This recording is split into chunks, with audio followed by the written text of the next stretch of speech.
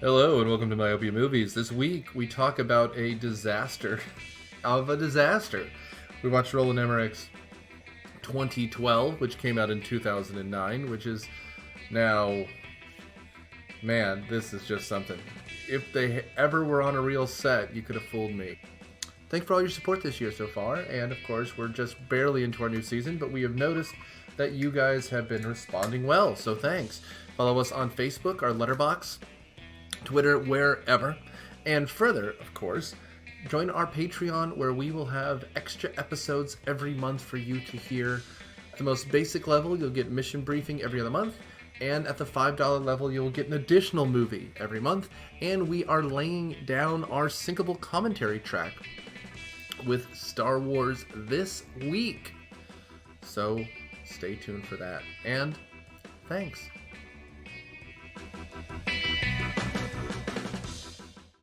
Welcome to Myopia Movies. This week we watched 2012. You'd think that Roland Emmerich would get tired of directing genocide, but he just keeps coming back. I'm your host, Nick Hoffman. Riffer on Cineprov, and on panel we've got... Hello, this is Daniel, and if you want to heat up the Earth's core, give Nick some Taco Bell and just wait a little while. Right. Matthew W. Quinn, who's got a new book out, The Atlanta Incursion, the sequel to The Thing in the Woods. We got On Your Hands, a sci-fi author. And the problem is, we are going to talk about 2012, which came out in 2009, starring a melange of weird characters. Was this the last thing John Cusack ever did before he just kind of disappeared onto the convention circuit? And turned into a werewolf. I don't know, actually. I should pull up his IMDb. I think of him as 10 years before this only. Right, like he existed in the 80s and 90s, and that's it. Let's see if there's anything I've even heard of on here. Did you ever see that Cell movie? No? No. Okay. He was in a movie called Wall Street, but that was a TV movie in 2014, so that doesn't count. No. Oh, boy. Does he have a money bin full of Brat Pack residuals he just swims in? He might. I will tell you, there's a stay tuned on here. He did The Raven, where he plays Edgar Allan Poe. As like a super detective? As a super detective. It came out in 2012, so we have a couple years on that one still. And he was in that terrible movie, The Paperboy. Never saw it. I saw that one. I'm going to say it was an accident, but it was on TV, and it's Matthew McConaughey. And I'm like, hey, Matthew McConaughey. But it's Lee Daniels, who also fine. He did The Butler. Yep. Yeah. Yep. And it has Nicole Kidman peeing on someone, so that's great. She pees on Zac Efron. Is this like some sort of weird Eyes Wide Shut spinoff? Kinda. He gets stung by a jellyfish, and she sensuously pees on him. Okay, we're going to pause. Someone call Donald Trump. We're going to pause the podcast for a minute. I'm going to go into Nick's bathroom, and I'll be out in about 3 minutes. By the way, John Cusack plays someone named Van Wetter, so we're good anyway. Oh, God. Anyway. Gross point blank, Mr. Cusack. Gross point blank. You used to be in those sorts of movies. Yeah, I mean, and by the way, the problem with Roland Emmerich is not that he makes bad movies. He does. But he makes very, very successful bad movies. Like his other stuff, like Day After Tomorrow, right? And Independence Day. Not so The much. Patriot. Or The Patriot. They're not necessarily great movies, but I cared about what was happening in them. Like, I cared about the characters. I cared about their arcs. I cared about whether or not they survived. Even in Day After Tomorrow, which is equally, like, from a technical standpoint, is stupid. I wanted to see Jake Gyllenhaal and what's her name? The Anne Hathaway's non-union Mexican equivalent. Yeah, I forget who that actress is. What's her name? Phantom of the Opera. Emmy something. Emmy Rossum. Yes, thank you. Yeah, Emmy Emmy Rossum. Rossum. I cared about about whether or not they would get together, and this I just did not care at all. Well, there's one moment where when Adrian, the scientist, is talking to his dad in the cruise ship, that's legitimately sad. Wait. That's not enough of it. This is supposed But to be. it's followed up by one of the funniest scenes of all time, where the guy who, he was on Spin City. You know what I'm talking about? The other jazz musician. God The one where he calls his grandson at last and doesn't get a chance to he's talk like, to him. I can't imagine that he would have married a Japanese woman, which, whatever. And then you hear him pick up the phone and, oh no! Like, literally he calls his family just as they're wiped off the face of the earth. Yep. Oh, that was so funny. That was funny. But Dude, that was hilarious. I mean, it wasn't sad, but I didn't think it was hilarious. I did. Man. I did. Okay, so I haven't called my son in a decade because he married this Japanese woman. I mean, and he literally goes, I think we're introduced to him. I can't believe he married a Japanese. And you're just like, okay. And then he picks up the phone. Are you my granddad? Oh no! Like and the phone line just goes dead. It was Roland Emmerich was trying for emotion. I literally started giggling because it's the stupidest scene. The strange thing is the cast he got together for this. We talk about Danny Glover already, and then John Cusack. John Cusack. His ex-wife is Amanda Peet. Oh yeah, that what from Saving Silverman, right? That's right. I'm gonna try this on the first time. I'm gonna go full steam ahead. Chiwetel Ejiofor plays 12 Years a Slave, who's phenomenal. Plays the geologist, the guy who's like, my God, Oliver Platt, you look fat and important. Oliver Platt is in this, who, you know. That's what my business card says. You look fat and important. Yeah. Thandie Newton's in it. She's fine. Tom McCarthy's in this. The late, great, actually, he's still alive. Danny Glover from Predator 2. The late, great. No, He's parlayed killing an alien and being the scariest LAPD cop and becoming president of the United States just in time for the world to end. That's right. To be fair, after this movie, if we're referring to his character, late, great is appropriate. That's right. He gets super killed in this movie, which is fun. He has an aircraft carrier dropped on him. His death reminds me. It's not. Who's the woman from Deep Impact? Tia Leone? It's Tia Leone's death, remember? Like, she's with her, vaguely French father on a beach when the apocalypse comes, like, a 55-foot-high tidal wave hits them, and she goes, Daddy! And he goes, I love you, my daughter, and pow! They're all dead. Here's how bored I was during this movie. I was, looking up, okay, can that actually happen? And in terms of the tidal wave, for example... a black man can be elected president, turns out, so that worked out. Oh, really? Yeah. Oh, boy. The same year this movie came out. In fact. Well, he was inaugurated the same year this movie came out. But, I was looking up how close these land masses are. I'm going to steal a bit. I think it's Chris Rock's bit. He goes, damn it, the problem with electing Barack Obama president is how we're going to know it's the future now. The way you could tell it was the future was the black man was president. Yeah. Well, it has to be a woman that's sworn into office, whether Wasn't or not... it Morgan Freeman in Deep Impact, Yes, too? it was. That was the best part of that movie was Morgan Freeman, but... I love that they're in the White House kitchen, and he walks up to Tia Leone and is like, here's the real scoop. There's an asteroid coming. Oh, yeah. And we're just like, all right. Michael Bay. I just like how he casually strolled in with Secret Service, like, hello, Tia Leone. I'm President I'm Beck. president. How's David Duchovny doing? He's a real firecracker on that X-Files show. Okay, go ahead. You were looking up the science, and I got distracted. Well, for example, that whole scene with the aircraft carrier running over Danny Glover, I didn't care, so I actually looked up. Washington, D.C. is 85 miles away from the Atlantic Ocean. Yeah, apparently I hit up the almighty TV tropes, and apparently the John F. Kennedy is like Philadelphia. So it has to have been sucked out to sea when the tsunamis happen to pull, water goes out first, then redirected right into D.C., crossing probably over Delaware. Yeah? Yeah. I mean, you'd either need and we have a bunch of friendly, an Indian man and his family who kind of kick off this movie, who dies on top of a mesa that's almost as high as Denver is. Now, the Mile High City, there you go.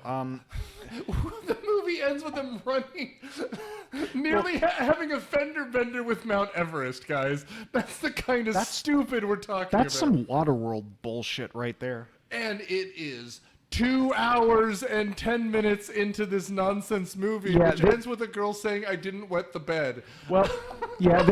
When I was a wee little lad, I read a lot of books in the 000 section of the library. That's where all the Bigfoot and UFO stuff is. And I remember all his time. And I remember there was one about like polar realignment apocalypse, which happens in this movie. That's part of it. And someone decided they're going to take the polar realignment apocalypse and give it the Lord of the Rings treatment and then throw in some class politics. You know why it's in the 00 part of the library? Because 00 is also close to O, which means Obama, which means he's trying to suppress the knowledge of Bigfoot and the UFOs. We're going to get it real, folks. We're going to get the bottom of Obama. And the 00 section of the library, my anus is clenched so tight right now. And I literally would eat you. Barack Obama's secret is not where he was born. It's who his father is. His father is Bigfoot. He wasn't born. He emerged like a chest burster from those alien movies. All right, I'm done. I gotta ride the keys when you're doing that. Are you sure? I thought it was Joe Biden who was born as a chest burster. No.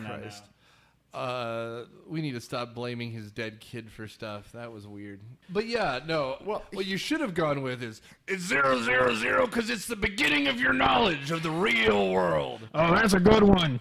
That is a good one. Well, here's the biggest thing about this movie. Wait, stop. Daniel, can you give us a plot? Because we haven't even gotten... There is no plot. We haven't even gotten to that formality yet. I can give you a plot, damn it. New World Order won't stop me from that. Matt, there you go, Matt. Take it. Yeah. All right, I'm going to do it in Alex Jones' voice. No, never mind. I'll blow my throat out if I do that. Okay. Okay, it starts out with this Indian scientist reporting to an American scientist named Adrian that there's an increase in solar flares causing unusual geological activity. Potentially apocalyptic geological activity. So Adrian then goes to D.C. and gets a meeting with the sweaty, angry chief of staff guy at a museum, who then introduces him to the president.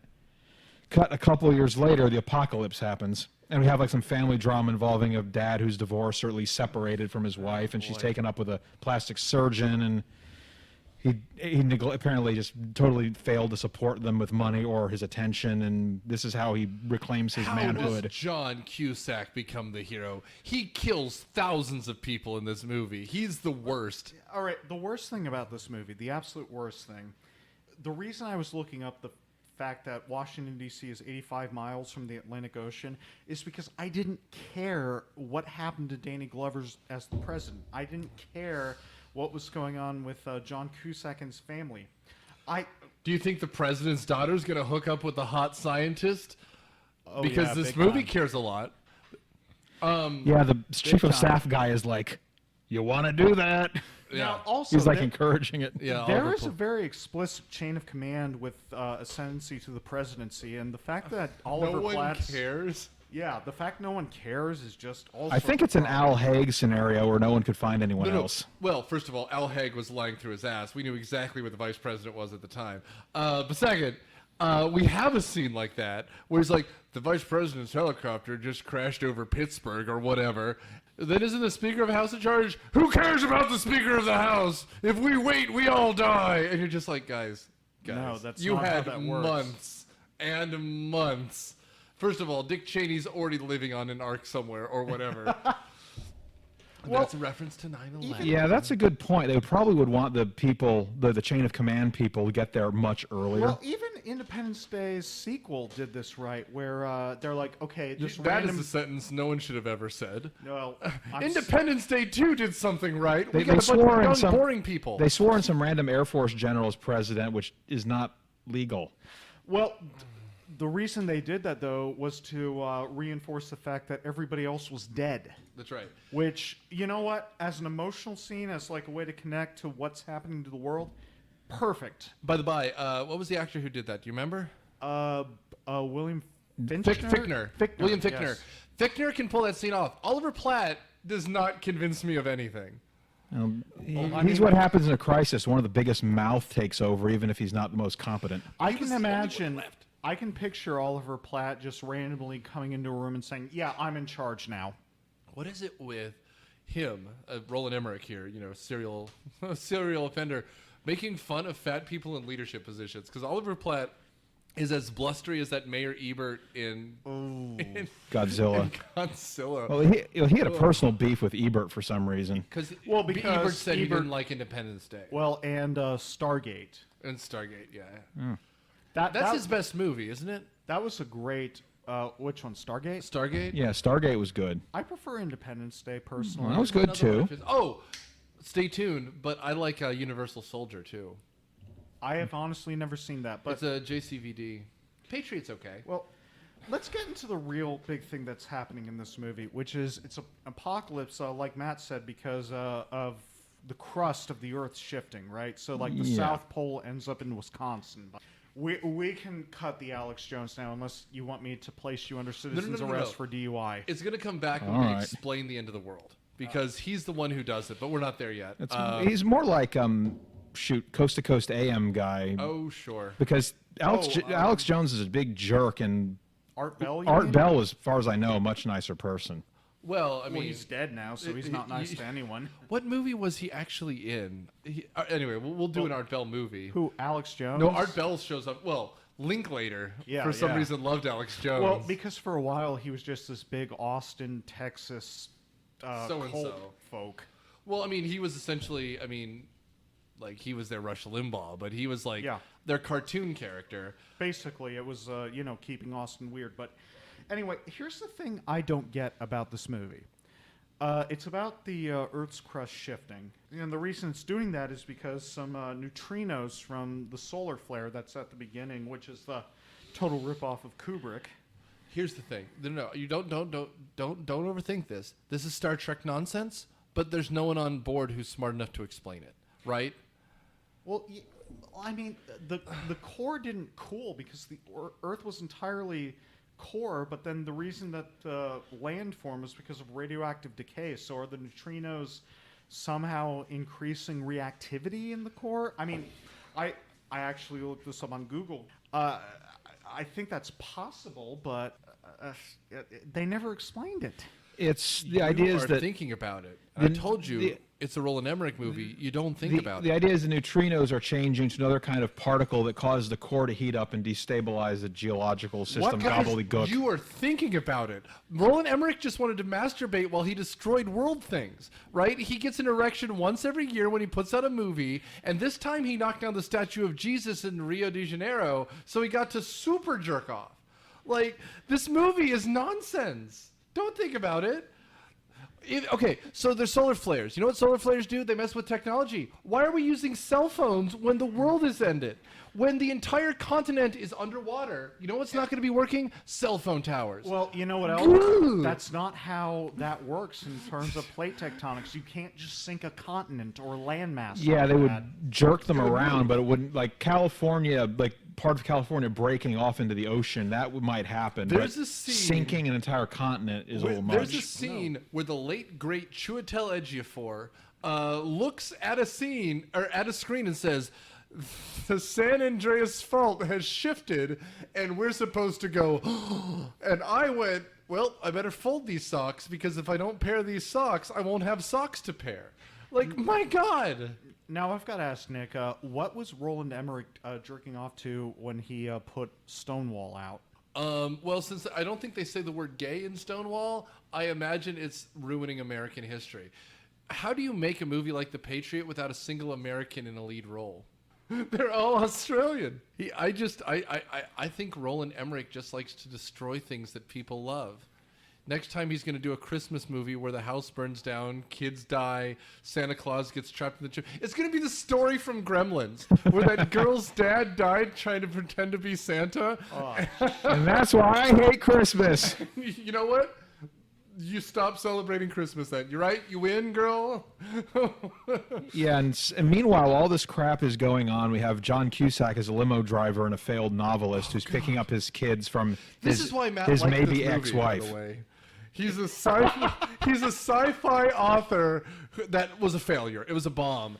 And then somehow everyone he comes across knows his book. Less than 500 copies were sold. Less than 500 copies. Yeah, he becomes by the end of the movie, he becomes like one of the great literary heroes because must be the only author who survived. Because everything else is flooded. And the ship, we're told, that has the zoological center, which has 12 giraffes, is partially flooded. And we know they steal a bunch of the world's art, right? And so all that exists as far as art goes is his book and maybe the first 2 chapters of Scientology. I don't know, Yes. but it's nonsense. Yeah, somewhere there's someone write a fanfic where you see Stephen King in a houseboat floating over. It used to be Maine, and he gets picked up by a Navy destroyer. Clickety clack, clickety And clack. then he ends up sailing to Africa to contest with Jackson, who gets to be the greatest surviving author. This movie's not worth going through step by step, but like Daniel started out, it turns out that the copper in this Indian mine is gathering neutrinos, which has never happened before.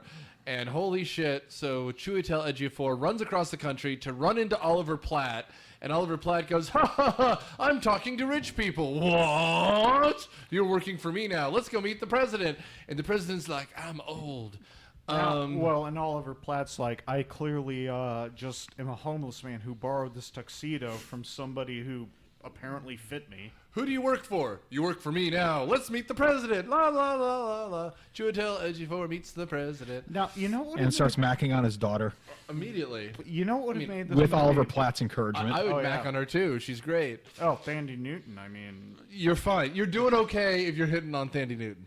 you know what would have made this movie so much better? 20 minutes less. Well, one fewer subplot or two. an hour and 20 minutes less, but 2012, the whole thing back in the day was this was a Mesoamerican prediction, right? The Mayans. This was the Mayans, exactly. And I know this isn't a Mayan thing, but make it Quetzalcoatl coming out of the core of the earth to destroy But it. then you have that's a Godzilla movie then. I don't care. It would have been so much Mexican more Godzilla interesting. blows up the world. Yeah, why not? No. Mexican Godzilla shows up, and then other Godzilla comes back, and it's Quetzalcoatl versus... I mean, the Japanese didn't even think of that one. And I've seen a lot of those Toho... I like the Toho Godzillas, but they never had... Zeus never fought Godzilla. Quetzalcoatl? Man, that's something. And then a white guy ruins it for everyone? That'd have been historically accurate, too. Zeus would try and have his way with Godzilla. Well, you know what? There you go! There you go! And then that sounds like he gives birth to John Cusack. Well, that's the thing about this movie is it would have been just so much more entertaining if it went to pure fantasy, right? Well, I mean, okay, so let's explain this in broad strokes because this movie makes no sense anyway. Once that happens, once Chiwetel Ejiofor says, oh my God, the world's going to end in whatever, blank, somehow he does the math and finds out it's 2 years, the Chinese decide we're going to build a bunch of arcs.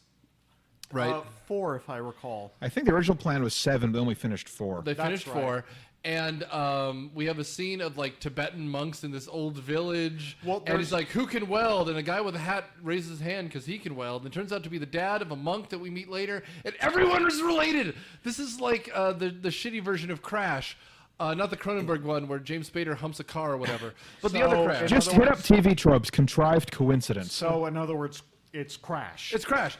Everyone is related by the end because at one point, John Cusack, who, as you mentioned, is a limo driver, drives a Russian who is a billionaire who needs to get to an airport because he's one of the people who has a ticket, and then none of the... Yeah, because they built the Ark with a crap ton of donations from rich people to get seats on it. Well, here's the other thing about this movie in terms of just how poorly planned out it was and how poorly written the script was. There are scenes of curators of the Louvre copying paintings and putting copies up on display and working to preserve the original artworks, which I'm sure would happen. It makes no goddamn difference to the narrative. Adds time. Why- This movie, you know what? I would watch The Core 10 times before I watch this again. Why? Because The Core is a nice, tight, little, stupid movie. This movie overthinks everything. And you know what I don't care about? John Cusack and his shit-eating kids.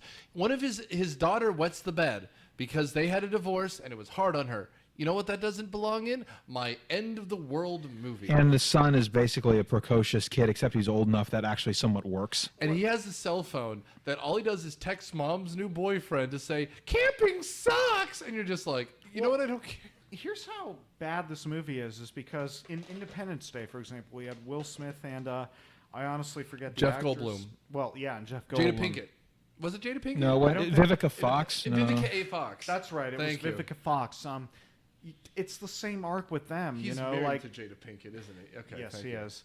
It's the same arc with them where they're The separate. Thetan- She's a single mother. He's the wannabe dad, and I think they were married at one point, but they're not anymore. But it's still the same goddamn arc where he's trying to win her back and win the approval of her children. Well, and we should get into this, but like he oversleeps because he's a deadbeat. Like he can't even care to see his kids. He oversleeps. His car doesn't start, so he ends up taking the limo to take them camping. Oh, and this movie reenacts Princess Diana's crash. Oh my god! Oh my god! So the head of the Louvre is like, this is nonsense. He's about to snitch. That's what's about to happen. Well, no, he's not snitching. He's like, they said they were taking the original to X. Turns out that's not where it was. They're going to take. This is the second time.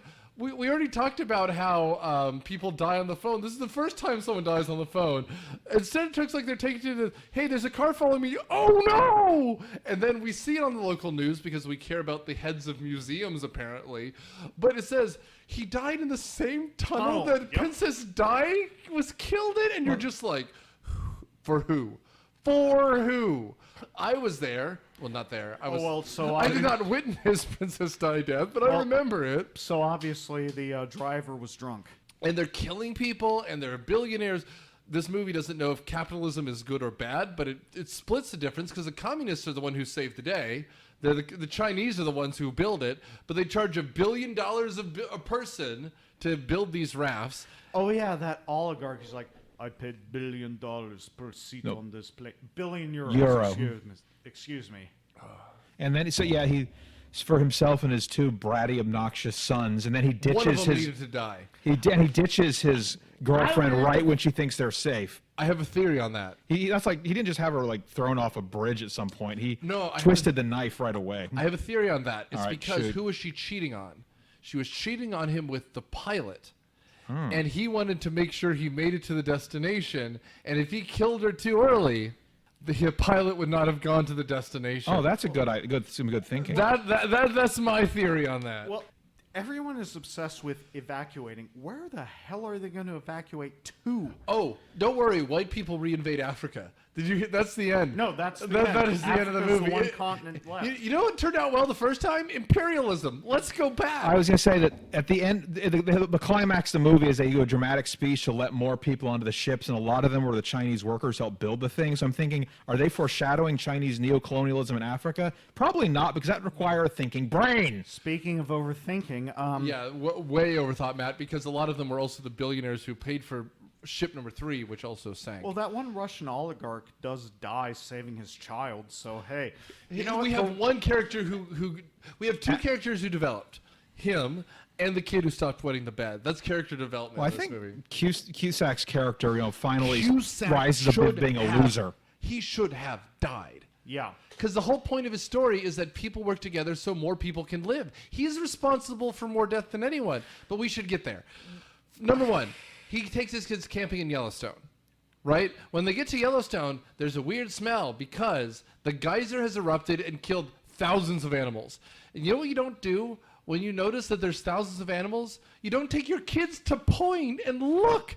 So he tries to kill his kids. Everybody Step one. already knows that there's a super volcano under Yellowstone anyway, which is It's true. It should have erupted 10,000 years ago, and it Yep. didn't. We're fine here in Georgia. It's only supposed to kill people as far as Kentucky. yeah, fuck Kentucky. Yeah, that's right. Kentucky. Well, I mean, Sounds kinky. That's right. But that's when we're introduced to Matthew McConaughey as a, end of the world podcast. no, Woody that's Harrelson. Oh, sorry, Woody. Excuse me. Sorry. Life lesson: when you're sneaking into a restricted area, stay in the tree. Don't wander around in the open where people can see you. Yeah, he's jerking off as other people get arrested by the the federales, but he's trying to figure out what's happening. Yada yada yada. he produces a flash animation about what's happening, which is glorious. And again, this might be Alex Jones's favorite movie because everything turns out that conspiracy theories were right the whole time. I imagine that Alex Jones has like a really mundane favorite movie, like Casablanca or something. I don't know. No, He might let's surpri- see. he might actually have taste. You never know. Well, first of all, I know he has no taste because he's Alex Jones. I will say it might be something like Back to the Future because the white guy not only wins, but he steals rock and roll music from black people. It's one of my favorite movies too, but and the Libyans are the bad guys. So, everyone wins. People are afraid of aliens. Actually, it might be the movie he starred in. So, what was the deal with Gordon? That was Amanda Pete's new beau, and was he just around so that you know what? This movie is really bad to him. He seems like a fine person. He's a doctor. He's nice to the kids. How many times in these movies? How easy would it have been that the kids hate the new stepdad? But everyone seems to like him. The vibe I'm getting is he's phenomenally insecure. Like that's why he and the ex-wife he wants them to have a kid of their own because he thinks she's going to leave him to go back to her husband. He's like, you dropped out of medical school for him, and he then only sold 500 books. But I understand him wanting to have a child. I don't know. There's nothing. So he's the Kurt Russell to Amanda Pete's Goldie Hawn. That's right. In Overboard. In anything. I mean, that's true. What happens. I have nothing wrong with his character. He seems like a perfectly nice guy. He's good to the kids. The kids like him. And John Cusack just wants him to die. Well, they lie about him being a pilot. Well, he's getting lessons. And you know what? We have to decide if John Cusack deserves to live or not. The movie decides he should. Now, I'm going to go ahead and say this. Snakes on a Plane. Okay. Have you guys seen that? I have. No, I haven't. It's the best introduction to... It's Kenan Thompson lands a plane because he plays video games. That's how that should have worked. I mean, because it should have been a situation where this is the only guy who's got any experience with planes. I mean, yeah, single engine, but... You know what? We're all fucking dying. Who cares? You know what? What do we do? If it's an apocalypse movie and I'm a 15-year-old kid who plays Need for Speed and I can almost drive a car, I'm driving the car. That's fine. I will say it has one of the best scenes. All these scenes have to have toplessness for no reason. In Snakes in a Plane, when that couple is trying to have sex in an airplane bathroom, and a snake shoots out the vent and attaches itself to the woman's tit. I have to ask. Is that something we're going to do? No, because it's too self-referential, man. I mean, maybe. I mean, stay tuned, but I can't. I would say it's probably not. We have a Patreon feed. Yeah, well, we do. After So essentially, Cusack's wife and the plastic surgeon are in a grocery store, and the tectonic plate split, and so everyone comes home early. At this point, we've been introduced to Alex Jones. Also, the allowed fuck in a PG-13 movie comes in about this time. Well, and it's an appropriate fuck. If you got to use one, that's one of them. Oh well, you always want an appropriate fuck. Here's the thing. Thank you. The rest of this movie is nonsense CGI. Once he gets to the house, like, you gotta go, get in the car. The world ends. Like, I'm sorry, man. Like, I don't know at what point you give your life up in a destruction movie, but like, if you live wherever they live and the entire hill is rising up behind you, I'm not trying to live. There's a couple of build-ups through this. First and foremost, California supposedly sinks into the ocean because at one point, yeah, which is like a big thing because John Cusack is Cusack. I keep Cusack is trying to save his family by telling them get out of California. Which how do you do that easily? I don't know, but. And then after that, they go to Yellowstone to save Woody Harrelson, and I never understood why. Because he has a map to where the arcs are being built, and there's no joke there. They end up stealing his trailer, but Woody Harrelson doesn't want to go because he wants to watch the end of the world. And by God, he does. You know what? He's right. I would do that too. Again, it's the Deep Impact. Stand at your family home and watch the wave come. Because you know what you're not going to do? After a week of eating those giraffes on that boat? Dude, you stupidly allowed a bunch of, you say it's the Chinese workers. It's also the billionaires from Ship 3 that sinks. I don't remember Ship 3 sinking. They do. It does. When they show up, there's ships 1, 2, 3, 4, right? And Ship 3, a giant beam has fallen across, and it's destroy the ship. And that's where the Russian is waiting in a queue. And he goes, we're calling the management. He goes, I am the management, and you can't get in. He punches the guy. That's because Ship 3 is damaged beyond repair. And anyone on Ship 3 can't get on. So those are the billionaires that they're letting onto the ship. And, Woody Harrelson's just trying to live stream the fact that he's about to die. But again, I get it. Would you want to live in a world like this? Dude, you've eaten the giraffes, ships 1 and 2. Hey, let's reinvade Africa? Well, that's a terrible life. Off mic, we talked about Titanic. It's easy to say that until you actually are faced with a choice of it. I would take the choice. Off mic, we talked about Titanic, and I have a feeling I'd go the same way that one of those guys did, where it's like, well, I'm dressed in my best. I'm prepared to die. Give me a brandy, though. Yeah, dude, I'm sitting on the deck of the ship listening to the band play. You know why? Because John Cusack kills thousands of people to do this, A. And B, you want to talk about a Mary Sue. Dude, him driving out of L.A. is insane. Him getting on the plane where apparently that pilot he paid just had a fat guy heart attack. I don't know why he's dead. But they take off just as the world disappears beneath them. Oh, when they get on the plane twice with a Russian super plane too. Yeah. Well, I was talking about the first time there's the small plane. The second time we run into the Russian oligarch at like some refueling station. He gets a text at the big fight, right? And he's like, "Oh no!" And he ditches his oldest son, who's the boxer. That's right. Now, how do you feel about this, Nick? The fact that they break the Tom Servo rule of movie references, where John Cusack is on the plane and goes, "Well, we're going to need a bigger plane." Christ crackers! And you know what the stupid part is? In this one, they find a bigger plane. Yeah, they do. Full of cars. But thank you, Bentley, for sponsoring Roland Emmerich. Thank you, Die Another Day, for inspiring another movie. Oh, God help us all. But yeah, I mean, again, I'm sorry we're not keeping to a plot. There's no plot here. It's just everyone keeps running into each other. Well, they all talk about evacuating. Where are they going? Like, what's going to be around? Every single one of your neighbors is dead. Your family is dead. The girl at one point asks, "Can we go home now?" And he goes, "We've talked about this. There's no home left. Your school's gone. Your friends are gone. Everyone you know is gone. Congratulations on not pissing the bed last night." The end of the movie. That's the end of the movie. Yeah. This is. I think it's a little more uplifting than that. He's like, home is where we are. There is an actual line of dialogue in this movie where they're seeing, I think Nick referenced it earlier, Hawaii getting blown up by a volcano. The entire island chain is on fire. That's right. That's the state of Hawaii. Not good. Not good. Yeah. Not good at all. Anyway, so Russian oligarch and his 2 shitty kids who are the worst. No one dies in this movie except for the stepdad because this movie's about traditional marriage, no divorce. Well, and They might not even be divorced. They keep talking about being separated.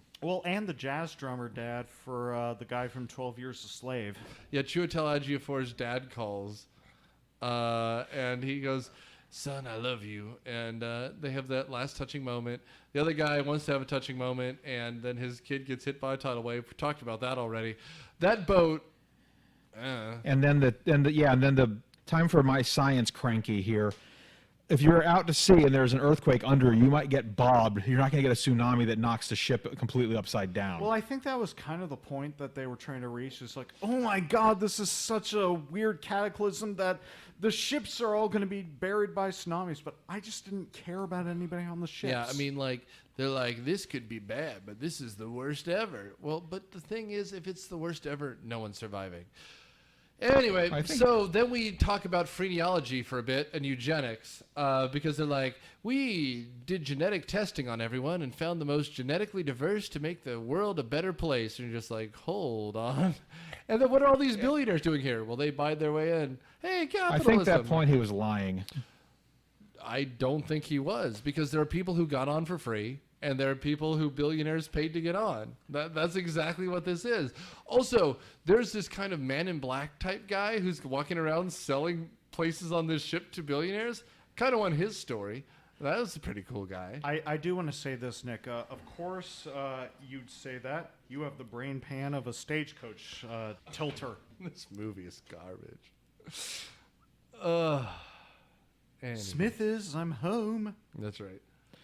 Well, I didn't hate it as much as y'all did, but it definitely needed to be tightened up.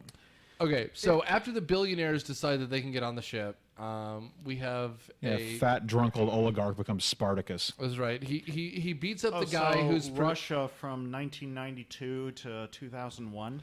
This movie can't decide if it's pro capitalism, against capitalism, pro whatever, because it's a wishy-washy garbage movie. But you have ship 1, people are loaded on. Ship 2, people are loaded on. Ship 3 is crushed by a beam, so those people are waiting in the queue. And then ship 4, which is where our heroes are. Well, this is honestly what I would have loved to hear, which is, can anybody explain what's happening and why the world's getting destroyed? I mean, we've heard vague descriptions of like the pole shifting and the crust being shifted. Independence Day, aliens invade and blow up the major cities of the world. Day after tomorrow, it's global warming that's doing what it does, where the ice is melting, which ends up creating Arctic vortexes that freeze the top half of North America and several other places. Again, that's not me trying to be... No, you're thinking about it. You shouldn't think about it. Yeah, basically. But what the hell is happening in this? And also... massive tectonic shift and volcanic stuff. But again, how does that doesn't work? matter. None of this makes sense. The math is all wrong. The science is all wrong. We shouldn't care. This movie tries to explain it like we should care. Don't care.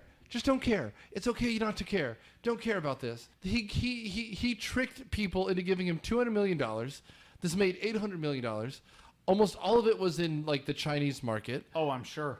And that's all you need to know. This is a con job.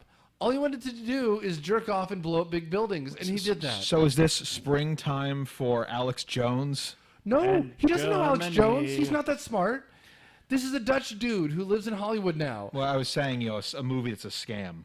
I'm just going to keep making this... Time for Hitler and Germany. No, because the point of that is to make a bomb to swindle your investors. Somehow he keeps making money. I have a feeling that in some markets, like the Chinese market... They want to see America destroyed. I get it. And the Chinese are the heroes. Well, plus the special effects gimmicks that everyone here is so used to are... Yeah, no, you're right. Novel there. You're right. No, you're right. I mean, it's the reason why like those last 2 Transformers movies made money. Yeah. They would have lost money if they only came to the States. Ergo, start in China, right? But like, the problem is all that we're talking to. We still have like an hour left of this movie. They get to the arcs with an hour left. Yeah. And then it's like, then we have the fat guy Russian Spartacus moment. We have John Cusack. And by the way, the Russians, like, I think he calls her a prostitute who is cheating on him. She gets aboard the ship somehow. We don't really understand that. And gives him the finger. Which, fine, he deserved. Also, those shit-eating kids need to die. His asshole children. Kill someone in this movie, man. Really, honestly. The Gordon's dead. Tamara's probably dead. Vasha's dead. And the Russian gets a heroic death. But, like, Cusack needs to sacrifice himself. We learned that the point of his story was one man's sacrifice can save the world. He should have sacrificed himself. I think he tried. He just failed. No, that was the whole arc they were trying to go through with him because, he got some rubber tubing jammed in the... And he did it himself. By the way, he nearly kills everyone on that arc. Yes, because he does. the way he sneaks in jams the door open. And had he not done that, everyone would have been fine. So he nearly kills whatever thousands of people are on that boat. And then he bravely unclogs it. By the end of the by that movie, point, the hatches are all closing up. So Gordon and Tamara, they die. Other people, who knows? the whole thing about this movie is... I couldn't tell you any character's name. Who's Gordon and Tamara? Gordon is the stepdad. Tamara is the Russian. The Gordon gets chewed up by the machinery. It's like Temple of Doom. But again, Cusack needed to sacrifice himself, man. Yeah, he did. Because you know what? He was a deadbeat, terrible father and a terrible husband. And the new guy seems great. Don't kill your romantic rival and say, maybe I'll be better in the future now that you're stuck with me. That had to be Well, something... he was trying to save him. He failed. That had to be something in his contract, like John Cusack Cusack, was saying, my character doesn't die, goddammit. I was in Tower Records or whatever. No, High Fidelity. Excuse me. I was in High Fidelity. You can't kill me. I'm 3 feet tall. Anyway. He's got a hot sister. Chiwetel Ejiofor gets his Schindler's List line where he's like, this room could fit 10 people. Yep. Why are you going to let people die? There's billionaires out there. Capitalism. Woo. Fuck. And you're just like, Chiwetel, man, you are a loser. And by the way, we don't know how much food's on there. If you let on 10 times as many people, you might all starve. Luckily, it turns out that the end of the world wasn't as bad as we thought, and Now, the water recedes faster Well, than Noah predicted. Realistically, there'd probably be like 1 billion tons of MREs on that thing. There weren't. We were told it was mostly animals and giraffes. So I guess they're eating them giraffes. Well, Africa survives, so probably some giraffes still left. But that was lucky. Remember, they said like the water's receding faster than we expect, and turns out Africa floats. Who'd have guessed? And parts of Siberia and a couple other areas too. God help us all. What a stupid movie. Are there any billionaires, Nick, that you would be willing to save under these circumstances? No. I can't think of any either. Some of the techie guys may be like Bill Gates. Not sure what value the Saudi princes add. Yeah, maybe. I mean, literally, what they should have all been on is Ship 5, so that when it sank, it didn't matter. Or like that Simpsons episode where they fly all the untouchables into the sun. That's right. Rosie O'Donnell, I think. Rosie, Tom Arnold is on there. Carrot Top. To me, it just... We're trying to bring our best and brightest, and then we're funding it. We're crowdsourcing it with billionaires. And you're just like, I guess... Public-private partnership. Yeah, so the Chinese are the heroes. Great, congratulations. This movie is not only bad, it's stupid. No wonder it was so popular in China. That's right. You pitch to China, you win, man. That's why Doctor Strange exists, I guess. Oh, man, I can't wait to see that Chinese Avatar knockoff that they've been making for like 10 years at this point. Nicholas, I have come to bargain. Okay, so this is a shit movie. Let's just go ahead and say that. I will never, ever, ever, ever watch this movie again. There's nothing redeeming. And the thing is, it's all CGI nonsense. LA falling apart, and then Randy's Donuts rolls by, and then they're in a Bentley. Bentley, best car available. Bentley starts, and they roll the back of a car. Thanks for bringing that up, because fucking hell, there is so much product placement in this movie. I want to be associated with the apocalypse. Sure, Coca-Cola, we're here to kill you. Drop 1 billion tons of Coca-Cola on Yellowstone and it goes, and see if you can cool the lava down. That's right. Coca-Cola fused car, that's going to save us. And I mean, but it's just love Coca-Cola. And everyone if you're an actor with a name, you don't die. If you're another actor, you're gonna die. So don't go into a Roland Emmerich movie assuming any actor you've heard of before is going to die, because they won't. They won't. They won't. And I know there's been disaster movies where the whole thing is they'll kill the famous character. The only thing I can think of, though, is Deep Blue Sea, where they kill Samuel L. Jackson. In the middle of a speech? Right. I've been through this before. Oh, no! I would have loved to see that in this movie. I would have loved a John Carroll Lynch-esque finger up as he melts into the lava from Volcano. Just something where someone dies. I keep wanting to say Matthew McConaughey. It's not. Woody Harrelson. Woody Harrelson, when he died, he super dies. He was doomed to die, though, at the beginning. If he had been the John Cusack character, that would have been so much better. Meanwhile, and Danny Glover as the president also super dies when an aircraft carrier lands on him. Oh yeah, he refuses to join the ARCs along with the Italian prime minister, I think they say. Yeah, he dies with the Vatican. Yeah, that's right. There's a scene where the Vatican crumbles, but because he's not going to just destroy American landmarks this time. The Dutchman who comes to a new country to just destroy their landmarks time and time again. So I guess what we're saying is if Ted Kaczynski had a camera, he would have just made disaster movies. Yeah, I think you're right. But anyway, I guess we should just about wrap this movie up. Matt, you want to go first? I didn't hate it like these two did, but it's way too long. Someone just take the whole polar realignment apocalypse and just make a new version of it. And by the way, I posted on Twitter to Myopia some ideas about stuff they could include, like fall of Saigon airlifts on aircraft carriers. You know what, Matt? I'd love to see your ideas for how you would improve this. I genuinely would, because any idea you have would be an improvement over what we got, which is, imagine Day After Tomorrow, but they gave even less of a shit. There's no characters in this movie. It's all about CGI, buildings getting destroyed. This is just absolute nonsense. I was practically tearing my hair out by the end of this movie. None of this movie is practical. It's all garbage. The movie makes fun of itself. When they're fleeing L.A., a sewer pipe breaks, and the limo gets sprayed with shit, literal sewage. And the girl goes, "Ew, it stinks." And that's it. You're done. You've made fun of the movie. You've nailed it. You've critiqued it. No one wanted to be in this. John Cusack didn't do press for this. It's bad. He didn't do press for this? No. And again, you have young, good actors across the board. They filled out this cast, and everyone just took the paycheck, and they were fine. Don't worry about Chiwetel Ejiofor. Don't worry about Danny Glover. They got paid. Nothing else about this movie is worth redeeming. You give Danny Glover a paycheck, I'll show up. Almost everything this man has done is a stay tuned. We've done 4 of his movies now. Godzilla, Independence Day, and Independence Day Resurgence. We'll do Universal Soldier. Just to be clear, we're not talking about Danny Glover. Oh, no, Danny Glover's... Although we've done several of his movies. Oh, yeah.